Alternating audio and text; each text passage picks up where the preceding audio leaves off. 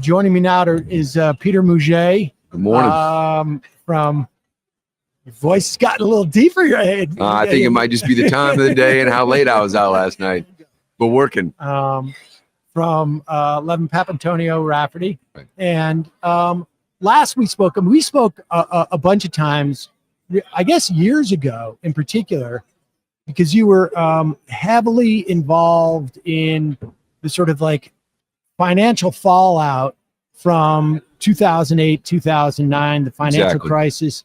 And you were, part of an organization, if I remember correctly, that was one of the few sort of like people advocating for people, right? As opposed Main to Street mom and pop investors. Yep. Still do. I still a good part of my practice is still devoted to representing investors against Wall Street. And I started 25 years ago, still a material part of what we do and what we believe in. And quite frankly, it's one of my favorite things. It really feels like you're making an impact in people's lives. Well, I want to, but today, and maybe in the future, we'll touch back on that, right? And get your assessment of like if we've really made any progress, and to the extent that we have, in what areas. Well, before we shift, I think the answer is yes, because the amount of litigation has really fallen off a cliff on these security. We've had some bits and bats that have blown up, but nothing catastrophic.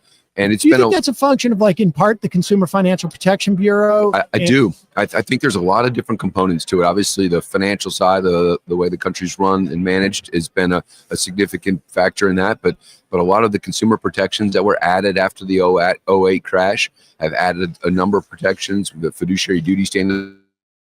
SEC's made a lot of moves. We've added a lot of pressure, which have resulted in a lot of positive changes. So we've almost legislated ourselves out of business a little bit but that's always a good feeling. All right, and you were involved, and there's been so many different sort of dimensions to this opioid case, and I have to say that I was doing interviews about opioids here. I don't know if it was at this, but at this conference 7-8 years ago. Oh, yeah. I feel like maybe more. Yes. Because 2017, late 16, early 17 is when we started looking at it. And the lawyers here tend to be on the sort of in the vanguard, right, of these type of issues, because they hear about it first. And very often it seems like, and they're out there investigating whether there is actually something going on here, or like there's some culpability with some entities. You guys have handled a bunch of different aspects of the opioid cases. Which one did you work on, and what happened with that? I was arched across the whole thing. I was essentially the co-lead of the distributor case, the co-lead of the pharmacy case. We had specific defendants that we ran, and then we developed a system that, quite frankly, had never been done, where we were able to take over 1 billion lines of data, and we could track every pill from the manufacturer to the distributor to the pharmacy. And then in some states where we got the PDMP data, we could even figure out which doctors wrote the scripts and which patients received them, de-identified patient data. So I think as a firm, that was one of our huge accomplishments that we added, and we ran algorithms through all that data to spot the red flag shipments, which the defendants could have done, but we did it. Okay, so walk us through, like, you were able to track this stuff. Why was that important to know from where it started to where it ended? So we had guys like Mike Papantonio, Troy Rafferty, Jeff Gaddy that took a lot of liability depositions. But what we needed to take the liability to the actual, what we would call causation, we needed to show specific shipments of pills that were flagged, that the defendants, with the appropriate or requisite amount of due diligence that they were required to do by statute, they should have been able to flag those orders or prescriptions and perform due diligence before shipping or before filling. We were able to demonstrate and prove they didn't do that, which connected the duty to the damages, that causation link. Let me translate a little bit of that for folks. By tracking the pills, you could see that there were more pills, opioid pills, specifically being sent to regions or municipalities or towns that were larger than one would anticipate would be needed there. Right. So you could see abuse, essentially. You could see downstream over prescriptions and abuse. You could see that upstream in the process. Right. You could see it up here when it was going to hit the streets, essentially, or the doctor's office here. And whose responsibility on a statutory level is it to monitor that stuff? All of the participants. It's called a closed system. So in order to participate and have the trust. And who are the participants? So that the manufacturers, let's go through the whole upstream all the way down. Manufacturers, then it goes to distributors. They are both members of the closed system and we have a duty per statute to only ship opiates because of the dangerous nature of them if they don't have any red flags. Okay, so the U.S. government has laws that says you got to have a system. So we're talking about the manufacturers. We're talking about like Purdue. Yes. Everybody goes to Purdue, but oddly enough, Purdue, which was kind of the focal point of the story, because I think a lot of the documentaries and so forth. Purdue's market share was about 14%. The huge players were Spec GX, which is an Irish company that was based out of the Midwest, St. Louis. They had about 40% of the market share. So Spec GX, Activist had a huge market share, and then Purdue. But yes, that's kind of the manufacturer space. And then the middle men are like McKesson. Yep. And who else would Cardinal. it be? Cardinal. And ABC, AmerisourceBergen, all Fortune 100 companies, huge companies.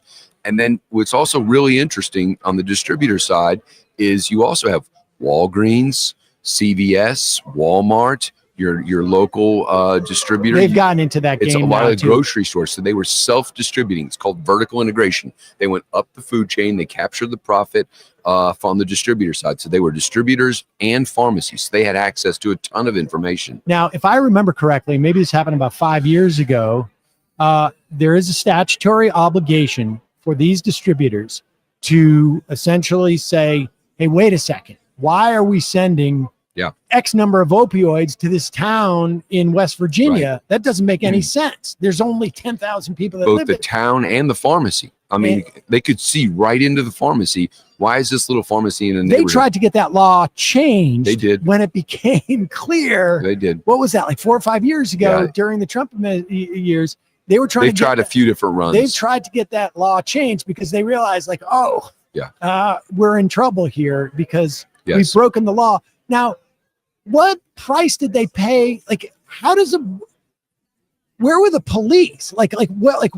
Or is there no police in the system unless you guys show up? There are police in the system, but this is our model in the U.S. of self-regulation. I don't care if it's your food that you eat on your table, it's your securities, it's your opiates. Our model is we have the DEA, we have the FDA. They're understaffed, undermanned, but they had all this information, like the data I was talking about, referencing before. That was in the DEA's basement. Everything I had, what they had. That's where I got it from. So the government, both federal and state, failed at every level. They had the information. It was their job to implement or enforce the rules or duties we're talking about. It didn't happen for many reasons, but in large part because it was a tsunami without enough people and out enough resources. So I feel like once again, what's happened is the plaintiff's bar has come in after that system has failed, and we've cleaned it up. And we exposed it. We put lights on it. We got it out in the open eye. Huge payments. I mean, we're at $62 billion right now. And who are the clients in this instance? So the clients are predominantly cities and counties around the country and states.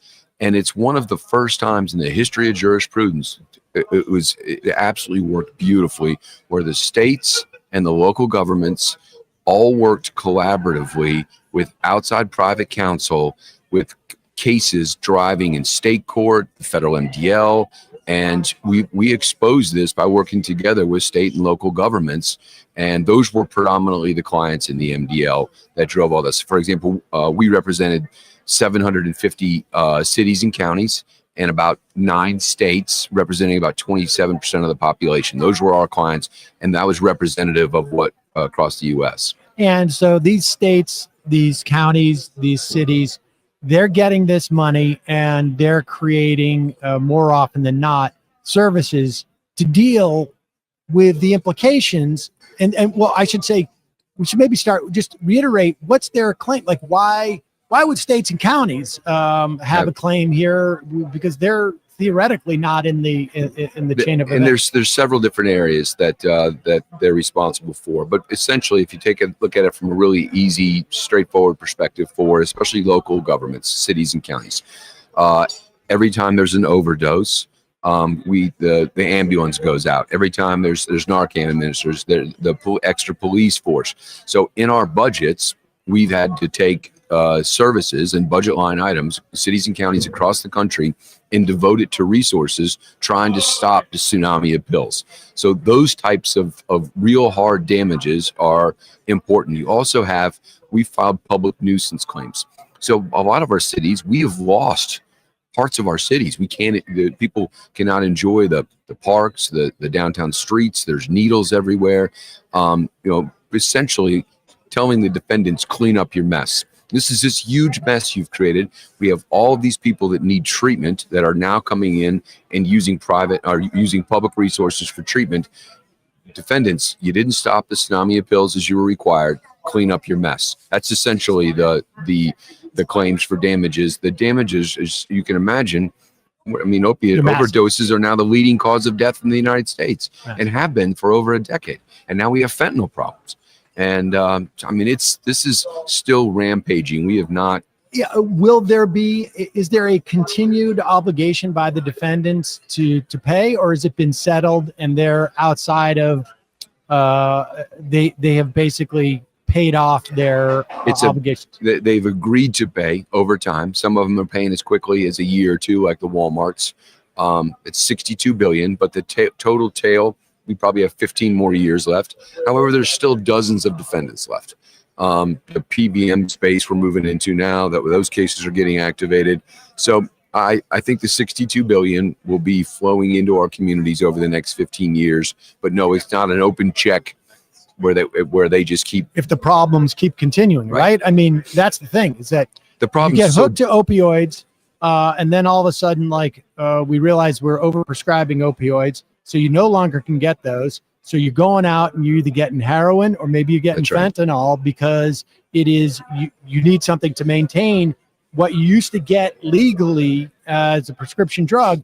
So that problem travels through the years, and right? If you're sitting listening to this podcast and you're thinking, well, why in the world are these defendants responsible for illicit fentanyl that's coming in from China or from Mexico, or heroin off the street? There were documents going back to 2010, 2000, and 2012 that the DEA put out. It was called Cycle of Addiction was the title. And DEA went on a road show all over the United States to educate all these. And the Cycle of Addiction was a circle with a bunch of arrows on it. And it was a stop along the way, starting with hydrocodone, then going to oxycodone, then going to OxyContin, then to heroin, then to the illicit fentanyl. And they were warning all these defendants, saying, look, the pills, once you get people hooked, even if we start to shut the spigot off on the pills, which happened 2012, 2014, you saw the peak starts to come down. That doesn't mean we're over. We've now created a generation of addicts. The addiction is just incredibly that's what powerful. They've perpetrated. They've created the demand. That's right. It's not just a function of providing the supply. They created the demand. So now created the addiction. A generation that cannot get off without treatment so now they're folks have moved to heroin and fentanyl. Everyone knew that was the cycle, and that was going to be the problem in 2010. You got to the point of a no return. You could not get back because you had so many people addicted from the flood of pills that came into our communities from 2000 to 2010, 11, 12. All right, and just so I can help explain to folks listening, sort of like components that are necessary here. I want to analogize this to, let's say, gun violence. Right? Because we also have an epidemic of gun violence. Right. Cities, like, cities and states and municipalities, they pay so much money to deal with guns in one form or another. Policing, medical treatment, school safety. I mean, it's just on and on. That element is there in terms of like the function of the product of guns. What's missing in between is a law passed by our government that requires some standard of care by gun manufacturers that would hold the gun manufacturer to a certain standard. And if they failed to reach that standard, then things would be actionable. But because of the gun lobby, there are no statutes that say you as a gun manufacturer, you have to put safety, a bio, like you need to fingerprint triggers, or you can't have weapons that can fire this quickly you can't, release this amount of rounds in this amount of seconds. Or if there were any standards put on the manufacturing of the guns, then there would be actionable cases, but there are none. Is that right? That's exactly right. Now flip it back to opiates. The duties were so clear by federal regs and statutes of what the manufacturers and the distributors were supposed to be doing. It's not that they just didn't do a good enough job. They didn't do it. They literally made decisions internally to say, we know what the regs are. We know what our duties are. We aren't going to fund these budget items.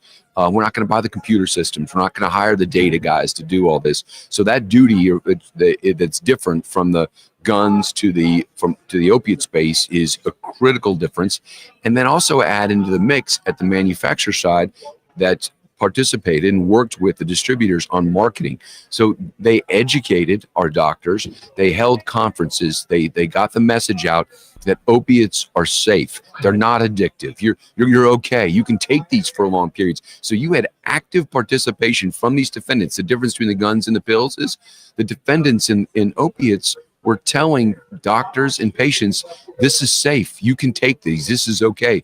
When all the academic literature said to the contrary. So that's also another huge difference. That's another element of it. But it also shows, like, I also wanted to show the relationship between the government and what you guys do, because in many ways, I mean, I've always described it as sort of like, it's imagine you're in sort of the Wild West. Yes. There are laws. You're not allowed to kill somebody, but the town doesn't have enough money to hire a sheriff. And so they deputize people, and that's sort of basically the dynamic. That's where we started. We talked about self-regulation, which to me is so sad that in order to participate in our economy in the United States, it was one of the best economies in the country. We ask simple things like, here's your responsibilities for this privilege of doing business, and your responsibilities are these regs, are these statutes that you have to comply with, self-regulation. And we over and over and over again. We have companies that don't comply. And the problem is the civil penalties and the criminal penalties just aren't staunch enough to smack people back into compliance. I'm telling you, if we threw a few people in jail, we wouldn't see these problems over again. I don't care if it's securities. I don't care if it's opiates. Hold people accountable at the individual level by hitting the companies with fines. The shareholders pay it. Right. I mean, it's ridiculous. Quite frankly, we pay it. I mean, all of us that are invested our stock, our retirement plans, we're paying these fines and penalties. Peter Mougey, always a pleasure to catch up with you. Would love to spend more time talking about what we've done in terms of finances, but maybe we'll save that for the spring. Sounds good. All right, Sounds Peter good. Mougey, Thank you, man. Thanks so much. I appreciate it.